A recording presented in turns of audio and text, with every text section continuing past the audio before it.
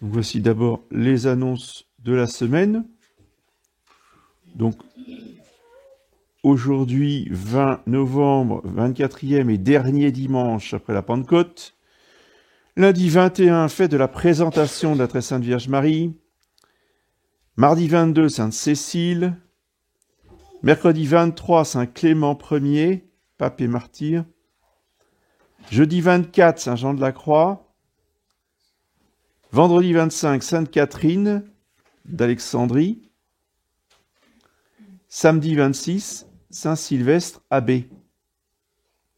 Et dimanche prochain, dimanche 27 novembre, premier dimanche de l'Avent. Donc la messe aux horaires habituels, 8h30, sauf samedi, 11h. Dimanche prochain, 9h, 11h, comme d'habitude.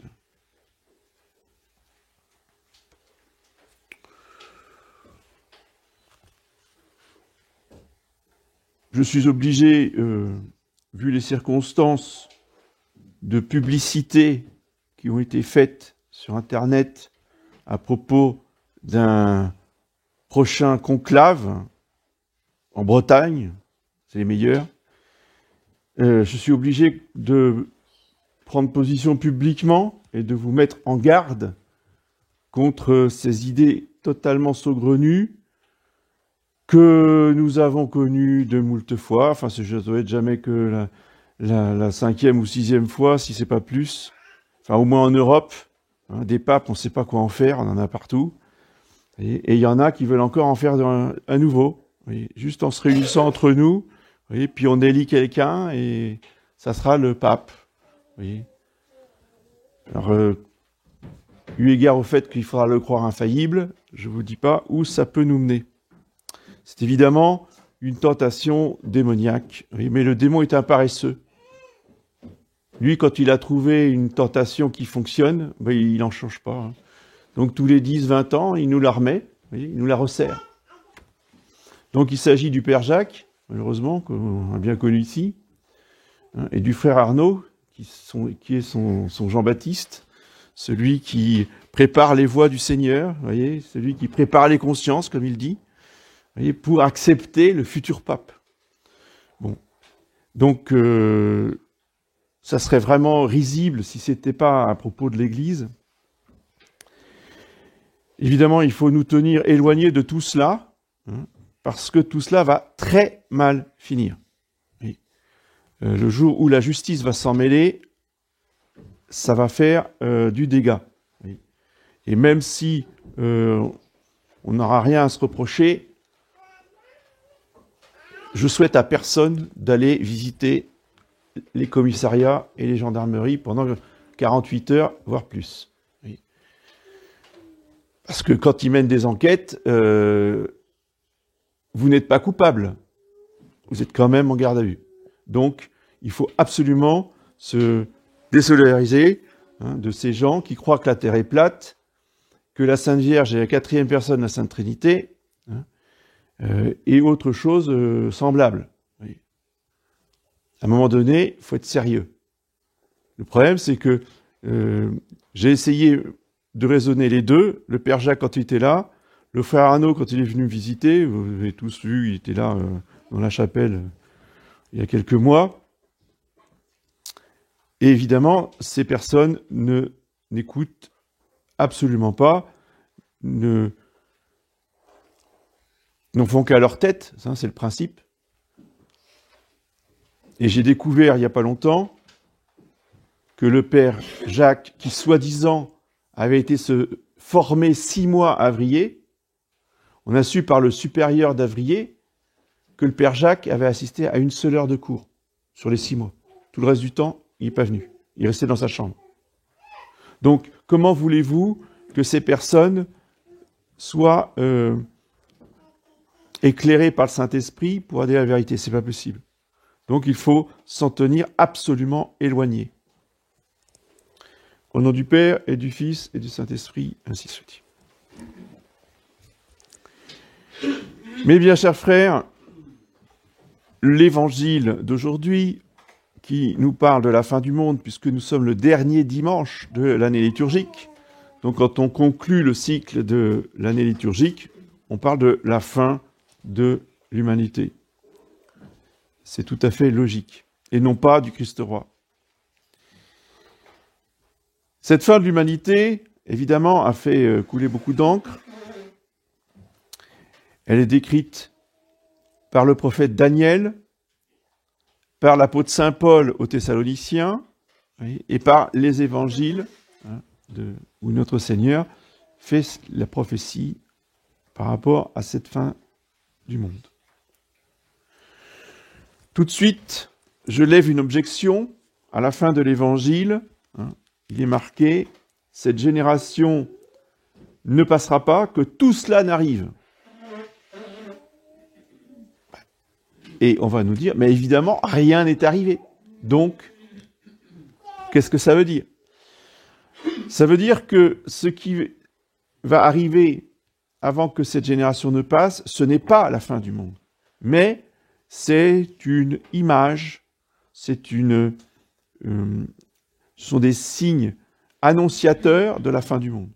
La ruine de Jérusalem par les légions romaines sont une image, vous voyez, de ce que notre Seigneur veut dire par rapport à la fin du monde.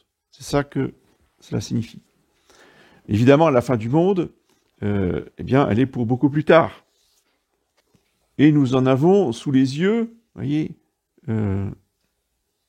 des aspects qui se précisent toujours plus. Et cela va de plus en plus vite. Déjà, je ne m'estime pas très âgé, mais entre ce que j'ai connu dans mon enfance et ce qui existe aujourd'hui, on a du mal à s'y reconnaître pour beaucoup de choses. Vous voyez. Alors évidemment, si ma grand-mère, qui est née en 1890, était encore là, elle serait encore plus perdue. Et comprenez que psychologiquement, les changements de société, les changements technologiques sont extrêmement perturbants. Mais c'est rien par rapport à ce qu'il y aura à la fin. Mais ça nous donne une idée, ça nous donne, si vous voulez, une dynamique de ce vers quoi nous tendons. Et je voudrais inverser le propos, plutôt que d'expliquer l'horreur de cette grande persécution de la fin du monde par l'Antéchrist. Vous voyez, je voudrais me placer du côté de l'Antéchrist. Parce que, justement, le fait de s'imaginer toujours des choses horribles, vous voyez, fait qu'on passe souvent à côté de la réalité. On a eu Vatican II, et qui était absolument extraordinaire. La nouvelle Pentecôte dans l'Église, le Saint-Esprit qui nous libère, eh bien tout le monde y va. Alors en France, on a eu quand même des réactions, mais ailleurs, aucune réaction. C'est en Italie, en Espagne, aucune. On y va tranquille, c'est magnifique. Enfin, l'Église va s'épanouir, va se développer, enfin. Oui. C'est ça le discours. Et personne n'a vu parce que on n'a pas anticipé. Pourtant, c'était annoncé par le chanoine Rocca, sataniste, vous voyez, qui faisait partie des loges maçonniques et qui avait écrit des livres entiers sur justement la future religion chrétienne, la vraie religion chrétienne, avec le concile. Il avait décrit ce que serait Vatican II à la fin du 19e. Donc on aurait pu quand même anticiper un peu. Alors ne recommençons pas pour la suite. Ce qui nous attend, c'est absolument fantastique, c'est absolument enthousiasmant, extraordinaire. Oui. Parce que là, vous êtes là avec votre téléphone, avec un fil, tout ça. Après, vous allez dans votre bureau avec un ordinateur, puis vous tapez sur un clavier. Ça. Et, comme les pauvres gens, quoi. Tandis qu'avec la nouvelle société, il n'y a plus de clavier, il n'y a plus de téléphone, on ne peut plus nous le voler, on ne peut plus le perdre. On a tout dans la tête, c'est le disque dur dans le cerveau.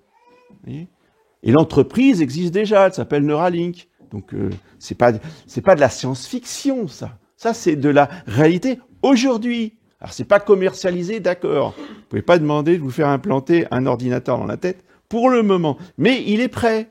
Voyez?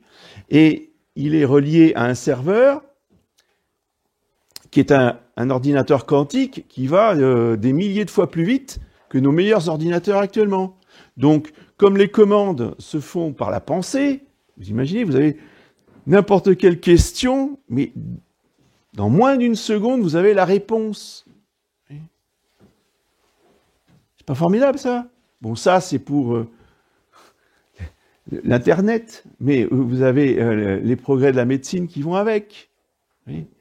Ils ont déjà prévu les machines pour vous réparer complètement, vous réparer vos cellules. Alors, je sais qu'il y a quelques appareils en France qui sont à la pointe, mais enfin qui ne sont pas à ce degré de puissance, mais qui sont déjà sur cette route-là. Alors, je ne vais pas vous donner ici les descriptions technologiques, mais c'est absolument fantastique. J'ai eu un monsieur qui avait un cancer du cerveau, qui m'a appelé, qui se faisait soigner comme ça. Il avait beaucoup de moyens, il était très riche, donc il avait les moyens d'aller et en France et en Belgique pour se faire soigner par cet appareil-là, mais qui n'est encore que un balbutiement grâce justement aux prochaines technologies médicales. Hein. Je vous rappelle aussi que nous sommes en plein problème énergétique. On a des problèmes d'électricité parce que il y a les réacteurs nucléaires, ils sont pas faits. Alors que déjà, depuis le début du XXe siècle, on a déjà toute la technique, tous les brevets, on sait parfaitement faire, mais c'est gardé sous le silence, enfin, c'est pas mis à disposition du public, mais dès que on aura justement le maître du monde qui viendra nous sauver, l'électricité, c'est pas un problème, c'est gratuit. L'électricité, il y en a partout. Donc, il n'y a pas de batterie, il n'y a rien, c'est juste qu'on capte l'électricité qui se trouve dans l'air et ça fonctionne. Et alors, c'est pas ce que je vous dis là, c'est pas de la science-fiction, c'est pas un jour, c'est maintenant. Ils ont fabriqué un téléviseur sans fil, sans rien, qui fonctionne uniquement avec l'électricité ambiante. Ils ont fabriqué une voiture sans batterie qui roule à plus de 100 à l'heure et qui fonctionne uniquement avec la technologie qu'on appelle de Tesla, qui n'a rien à voir avec les voitures de l'autre américain. Mais c'est l'inventeur de cette énergie libre.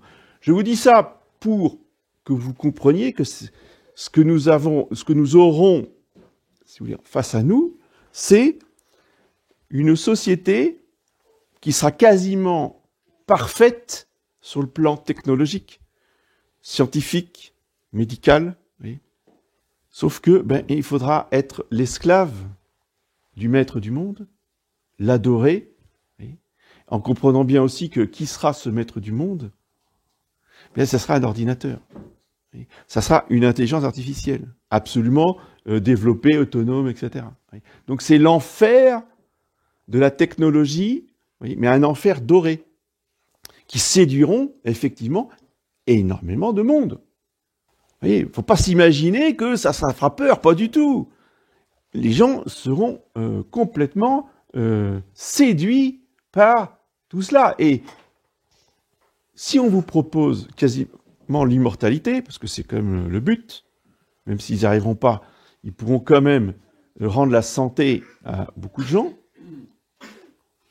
la plupart des humains, la seule chose qui les intéresse, c'est d'être riches, d'avoir tout ce qu'ils veulent et d'être en bonne santé. Donc, ils accepteront. Il faudra un courage héroïque pour les catholiques de cette époque-là pour dire non, je renonce à tout ça, je me condamne au bannissement, à la pauvreté, pour rester fidèle à Jésus-Christ, le vrai, le sauveur du monde, Jésus de Nazareth. Et en face, ils adoreront Jésus. Ah ben oui, ils adoreront Jésus. Ça sera vraiment l'apparence de Jésus. C'est pour ça que notre Seigneur nous dit dans l'Évangile, notre Seigneur nous dit que même les élus pourraient être séduits. Et donc ces jours seront abrégés. Parce que sinon, aucune chair ne serait sauvée. Et oui, puisque il y aura les apparences absolument séduisantes et trompeuses. Vous voyez que c'est un discours qui est beaucoup plus réaliste, qui peut faire moins peur sur les apparences, mais qui est encore plus terrible, voyez, que simplement une persécution à la Dioclétien. Voyez. Parce que la persécution à Dioclétien, bon, bah, les chrétiens sont déclarés hors la loi, ils sont condamnés à mort, à être jetés au lion. Bon, bah, les choses, elles sont claires, c'est l'affrontement, et puis voilà. Tandis que la persécution de l'Antéchrist, notre Seigneur nous dit qu'il n'y en a jamais eu une semblable sur terre, et il n'y en aura plus jamais ensuite. Oui, la persécution de Dioclétien était une première étape, une première, si vous voulez, image de la persécution de l'Antéchrist. Une image très grossière, une image très éloignée. Voyez. Mais plus on se rapproche de la fin, plus les images sont précises, plus les images sont proches de la réalité. Et la fin, la réalité, c'est le sommet de la persécution, dans le raffinement, dans l'illusion, dans la séduction. L'ange de lumière qui se présente comme Jésus-Christ. Et c'est pour cela que déjà dès maintenant, vous voyez, il nous faut être absolument prudents et exercer ce don de science. Le don du Saint-Esprit, de science, nous est absolument nécessaire pour distinguer le vrai du faux, le bien du mal. Et cela a toujours été le cas, mais encore plus aujourd'hui, parce que nous sommes abandonnés par l'autorité. Avant, nous avions des évêques qui faisaient ce discernement, donc les fidèles pouvaient se reposer sur le jugement des évêques et après du pape. Aujourd'hui, on n'a plus ce discernement de l'autorité, de la hiérarchie. C'est à nous de l'exercer. Mais déjà, donc, quand il y avait des évêques, on avait une apparition de la Sainte Vierge à Lourdes, mais en même temps que la Sainte Vierge apparaissait à Lourdes, vous aviez 100 apparitions du démon qui étaient identiques à l'apparition de Notre-Dame de Lourdes. Nous avions 100 apparitions de Notre-Dame de Lourdes. Les mêmes habits, la même robe, tout pareil. Et oui. Alors, beaucoup de gens se sont laissés prendre aux apparitions démoniaques et aux messages du démon sous apparence de Sainte Vierge. Lisez l'histoire de Lourdes. Toutes les histoires des apparitions de Sainte Bernadette vous raconteront cette chose. Évidemment, quand il n'y a plus d'évêques pour faire les discernements, pour faire le tri, le démon s'en donne à cœur joie. Alors, le principe, c'est que toutes les apparitions privées depuis 58 vont à la poubelle. On ne lit pas, on n'écoute pas. Il y a une multitude de messages. Le Seigneur Jésus et la Sainte Vierge n'ont jamais été aussi bavards. Ils causent sur tout et sur tous les sujets. Et sur tous les sujets. Alors, pourquoi je redis ça? C'est parce que régulièrement, encore cette semaine, des fidèles de nos chapelles, non unacum, qui m'envoient un message de Jésus à je sais pas qui il a fait il y a quelques semaines. Monsieur l'abbé, lisez ça, s'il vous plaît. Non mais,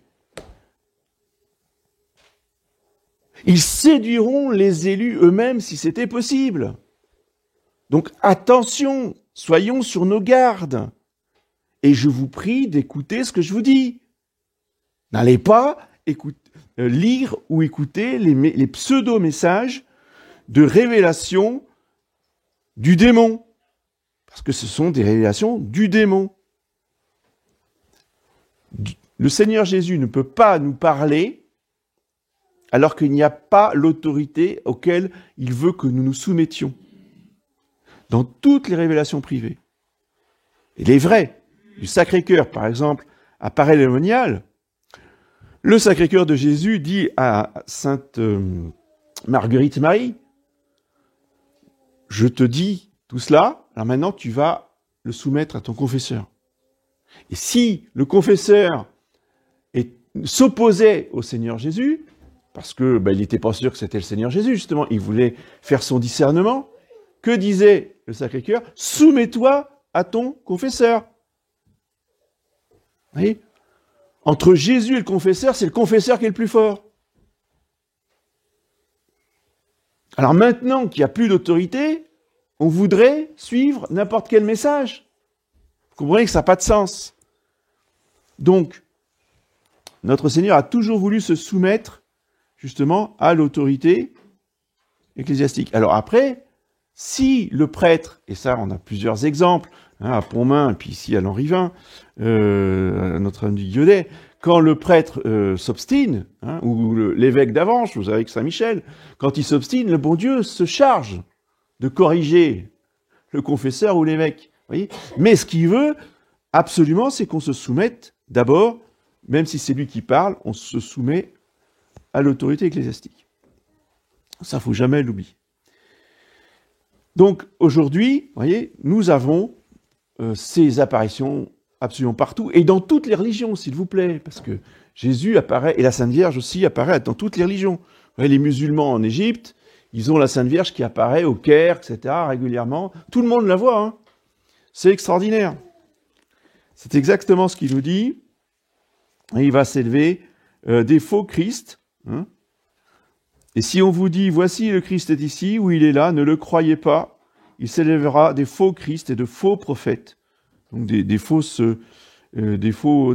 âmes privilégiées, tous ceux qui ont les fameuses révélations sont des faux prophètes qui feront de grands signes et des prodiges jusqu'à séduire, s'il est possible, même les élus. Donc plus nous approchons de la fin du monde, plus nous approchons du règne de l'Antéchrist, plus nous aurons en face de nous, si vous voulez, des manifestations tout à fait étonnantes et spectaculaires. Et s'ils n'ont pas fait tout ce qu'ils voulaient faire, c'est que Dieu les empêche.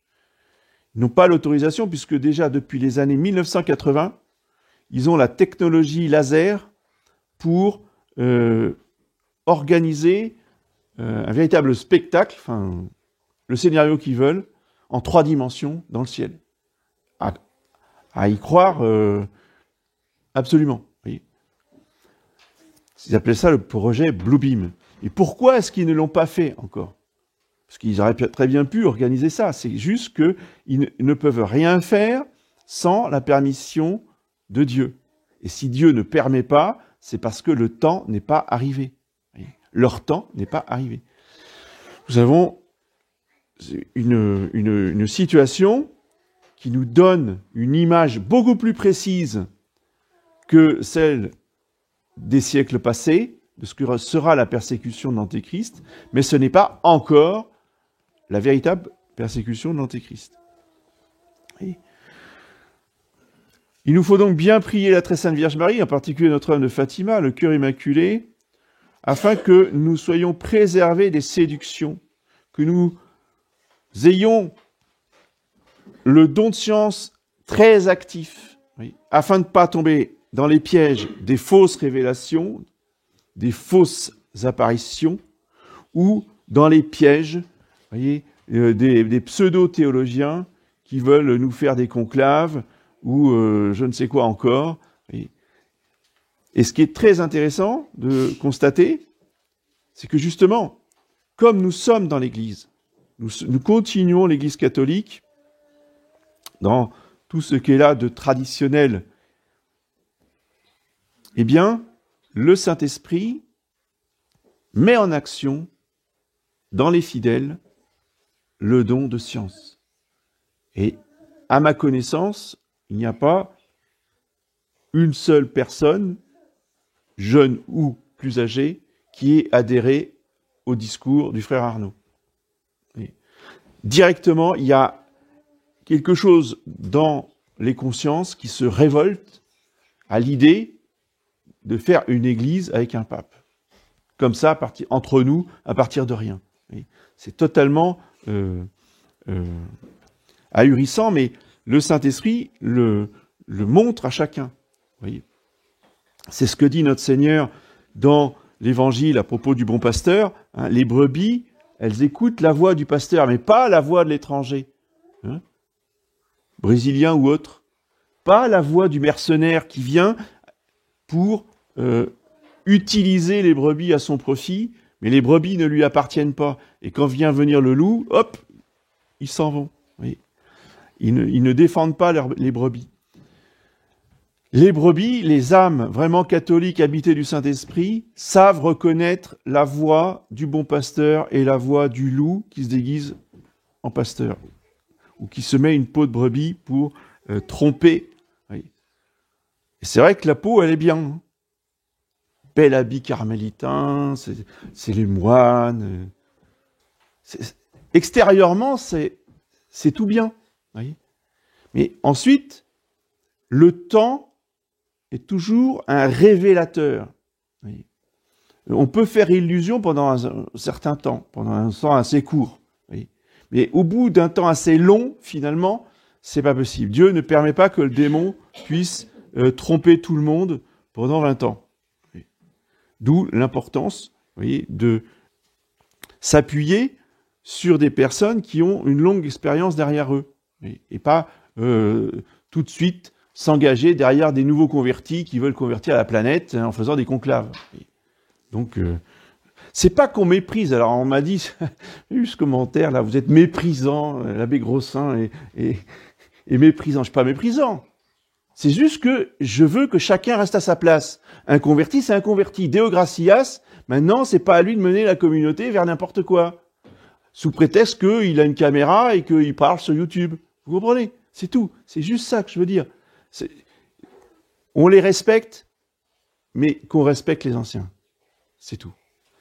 Et dans toutes ces affaires-là, ne s'en sortiront, ne se sauveront que ceux qui ont une vraie dévotion envers la très sainte Vierge Marie, envers le cœur immaculé de Marie, envers Notre-Dame de Fatima. Au nom du Père et du Fils et du Saint-Esprit.